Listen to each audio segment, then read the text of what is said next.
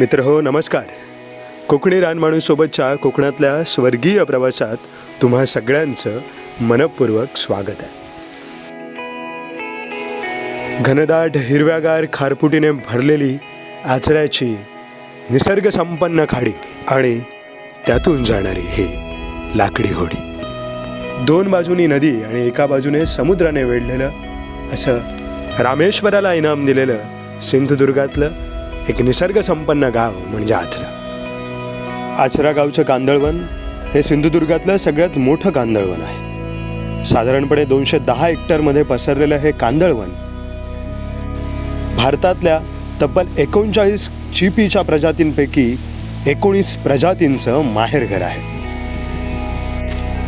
आचऱ्याची नदी जिथे समुद्राला मिळते तिथे तयार झालेल्या या खाडीतून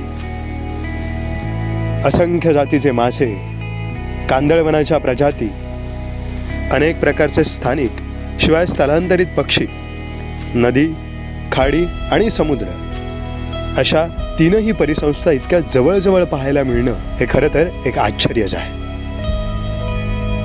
आचरा खाडीत जांभडूल नावाचे एक खूप सुंदर बेट आहे. या बेटावर राहणारे वाडेकर काका गेली अनेक वर्षे आचरा खाडीतील कांदळवनांच्या संवर्धनासाठी आणि संरक्षणासाठी काम करत आहेत. मासेमार लोकांच्या आयुष्यात आणि जीवनशैलीत कांदळवनांचं महत्त्व पटवून देण्याचं काम करत आहेत. नैसर्गिक स्रोतांचं आणि घटकांचं मानवी जीवनशैलीमध्ये असलेलं महत्त्व समजावून सांगणं, अधोरेखित करणं आणि ते समाजाच्या तळागाळापर्यंत पोहोचवणं ह्यातच निसर्गाचं संवर्धन आलं. आचऱ्याचं एवढं मोठं कांदळवन हे कुठच्या सरकारी नियमांनी आणि कायद्याने जपलेलं नाही, तर ते रामेश्वराच्या कायद्याने जपलं गेलं. आचऱ्याचं कांदळवन ही एक देवराई आहे, कदाचित महाराष्ट्रातील कांदळवनांची एकमेव देवराई. रामेश्वराला वंदन करून निसर्गाला देव मानणाऱ्या संस्कृतीला समजून घेण्यासाठी चला जाऊ कांदळवनांच्या देवराईत. मित्र, आता ही मँग्रोव्ह सफारी आमची सुरू आहे आणि ॲक्च्युली टेन्स मँग्रोव्हमध्ये आम्ही एंटर केलं आहे. एकदम शांतता आहे सगळीकडे. अनेक पक्षी आम्हाला इथे दिसत आहेत. बर्ड वॉचिंगसाठी आणि कोस्टल रिजन एक्सप्लोर करण्यासाठी मँग्रोव्हची सफारी ही एक खूप जबरदस्त ॲक्टिव्हिटी आहे. आतासुद्धा अनेक प्रकारचे बर्ड्स इथे दिसत आहेत आणि मँग्रोव्हचे अनेक प्रकार आपल्याला या चिपीच्या किंवा खारफुटीच्या जंगलात आपल्याला दिसत आहेत. हे जंगलच आहे खरं तर, कारण इथे जी फिलिंग आहे ही एखाद्या, जसं आपण सह्याद्री तिलारीमध्ये जाऊन आपण कॅम्पिंग केली होती का डेन्स फॉरेस्टमध्ये, हे तसंच पाण्यातलं जंगल आहे आणि ते आपण आज एक्सप्लोर करतो वाडेकर काकांसोबत, जे इथल्याच जांभडूल नावाच्या बेटावरती राहतात आणि त्यांना इथलं बरंच काही गोष्टी माहिती आहेत. तर आपण त्यांच्याकडून ह्या मँग्रोव्हबद्दल माहिती घेऊ.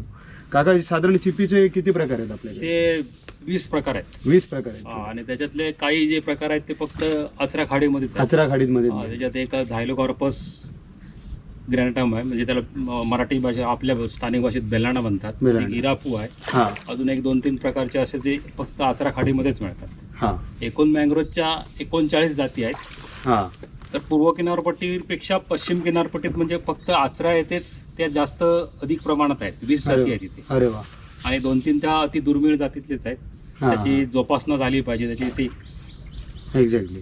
मग आता आपल्याकडे जे मँग्रोव्ह असतात किंवा जी काही स्पेसीज आहेत, तर ह्यांचा एकंदर आपल्या समुद्र किनारपट्टीमध्ये राहणाऱ्या लोकांच्या आयुष्यात त्याचा काय बेनिफिट असा किंवा फायदा असा? त्याचं तर एकतर हे म्हणजे एकतर आता सिंधुदुर्ग जिल्ह्याचे फुफ्फुस आहे. जसं जगाचं फुफ्फुस अमेझॉन, मुंबईचं आरे, तसं सिंधुदुर्ग जिल्ह्याचं हे आचरा खाडीतले हे 210 हेक्टरमध्ये विस्तृत असं खारफुटी किंवा जिल्ह्यातलं सगळ्यात मोठं मँग्रोव्ह प्रोजेक्ट आहे. बरोबर. आणि ते सुद्धा पहिल्यापासूनच आहे. त्याची फक्त काय आता जोपासना झाली पाहिजे.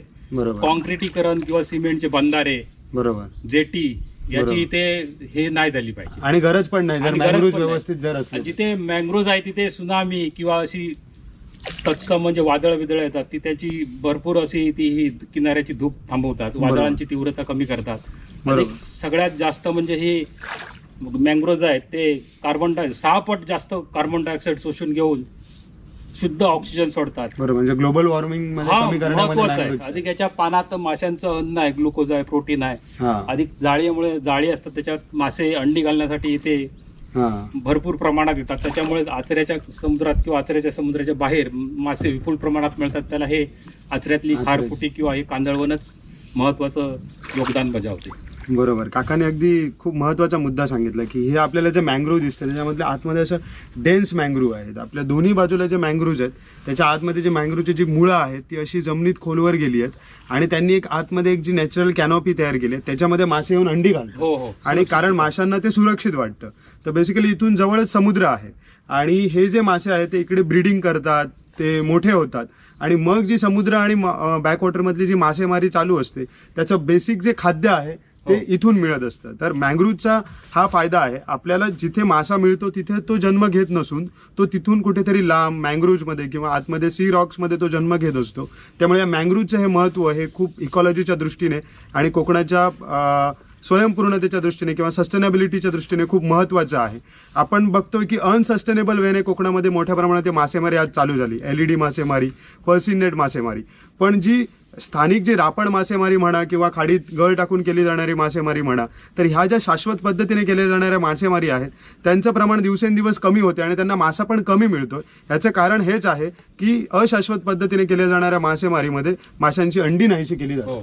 आणि आज आपण बघतोय की इतकं छान आणि डेन्स मँग्रोव्ज आहे. तर हा मला वाटतं आपल्या ज्या किनारपट्टीला जेवढे लोक राहतात तेवढं त्यांचं पोट भागून त्यांना चांगल्या पद्धतीचं जीवन देण्याचं काम हा समुद्र आणि खाडी करते आहे. तर आपण त्याचा हावरेपणा न करता ते जास्तीत जास्त चांगल्या पद्धतीने कसं जपता येईल यावरती विचार करायला हवा. काकानू, एकंदर इको टुरिझम जर आपण म्हटलं या भागातला तर समुद्र आहे, बॅकवॉटर आहे, तर तुम्हाला काय वाटतं काय पर्यटकांनी इकडे येऊन काय काय एक्सप्लोर करायला हवं? पर्यटकांनी इकडे एक झाडांची विविधता आहे. बरोबर, एका 20 एक प्रकारची झाडं आहेत ती बघावी, त्यांची जोपासना होण्यासाठी काहीतरी प्रयत्न करावेत. बरोबर, अधिक त्याच्यामुळे इथल्या लोकांना रोजगार किंवा शाश्वत रोजगार मिळण्याची शक्यता आहे. पण पर्यटकांनी सुद्धा याची नासधूस करता कामा नये किंवा याची माहिती घेणं आणि रिसर्च करणं या संदर्भातले पर्यटन निर्माण होणं गरजेचं आहे. बरोबर. आणि बर्ड साधारण काका कोणते कोणते, म्हणजे किंगफिशर तर आम्हाला इथे किंगफिशरच्या इथे 4 जाती आहेत, एकूण 5 जाती काहीतरी आहेत. एक ती शाकाहारी सुद्धा किंगफिशरची जात आहे, ती मासे खात नाही. अरे वा, ती सुद्धा इथे आहे. जबरदस्त.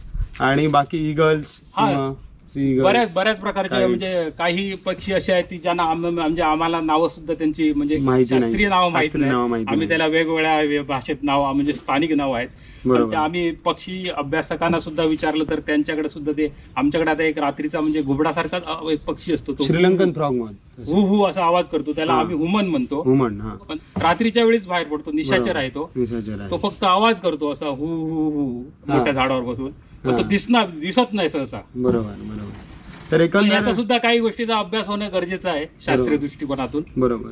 पण मग आपल्या जी आपली स्थानिक जी गाव राहटी आहे किंवा देव राहटी आहे ह्यांनी ह्याच्या कन्झर्वेशनसाठी काय उपाययोजना आहेत किंवा देवराई आहे का मँग्रोव्हची? मँग्रोव्हची ही देवराई आहे. पूर्वी याच्यात म्हणजे असं कोणी तोडायचं नाही किंवा व्हेरी गुड भूत भीत राहतात. असं एक याचं म्हणजे पाळांचं म्हणजे मुळं आहेत ना, ती पाणी कमी झालं की लो वॉटरला ती हवेचा उत्सर्जन करतात आणि त्याच्यामुळे एक असा आवाज, एक प्रकारचा आवाज येतो, विशिष्ट आवाज, असं काट काट काट काट म्हणजे लाकडं तोडल्या बिडल्यासारखा.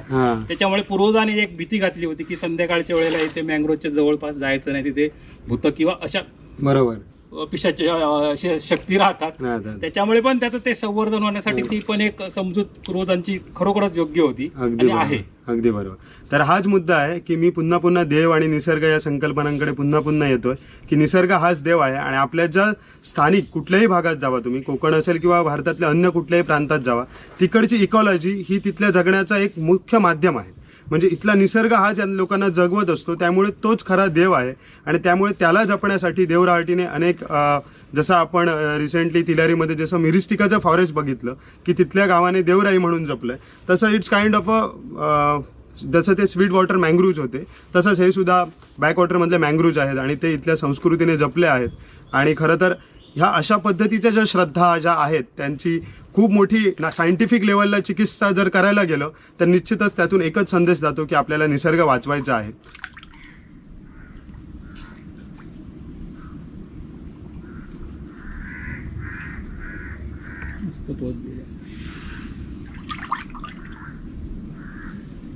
वर एक चल वर.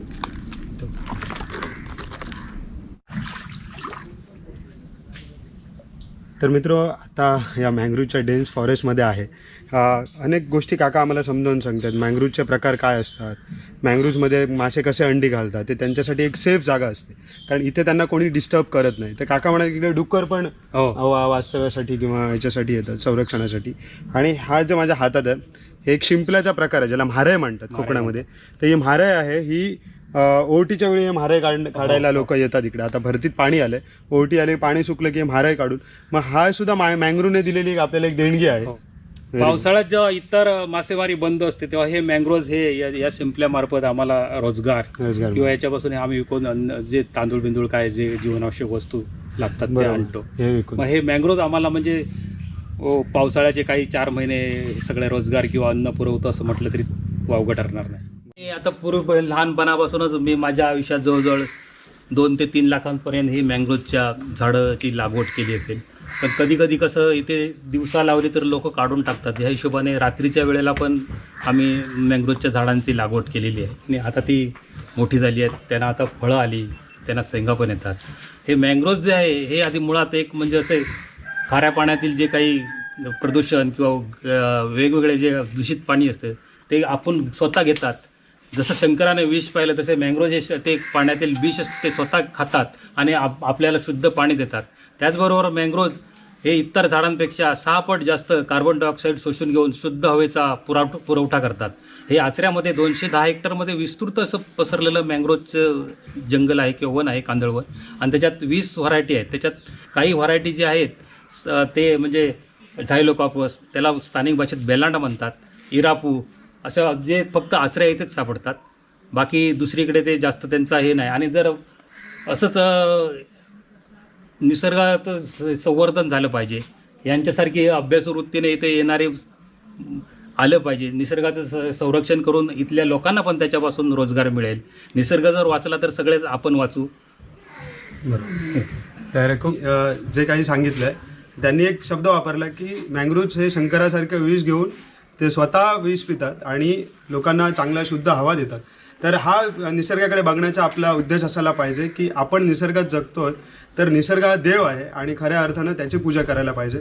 आणि देवालाच जर जपत नसू, कुठेही जाताना आपण निसर्ग आणि तिथली निसर्ग जीवनशैली याचा अभ्यास करायला हवा. निसर्ग फक्त कोकणात नाही आहे, निसर्ग भारतात आहे, संपूर्ण जगात आहे. आणि निसर्गाला धरून राहणारी माणसं ही संपूर्ण जगात आहेत. त्यामुळे त्या भागात गेल्यानंतर तिथल्या निसर्गासोबत जगणाऱ्या माणसांचा आणि त्यांच्या कल्चरचा आपण अभ्यास केला पाहिजे आणि ते का तसं जगतात याचाही विचार करायला पाहिजे.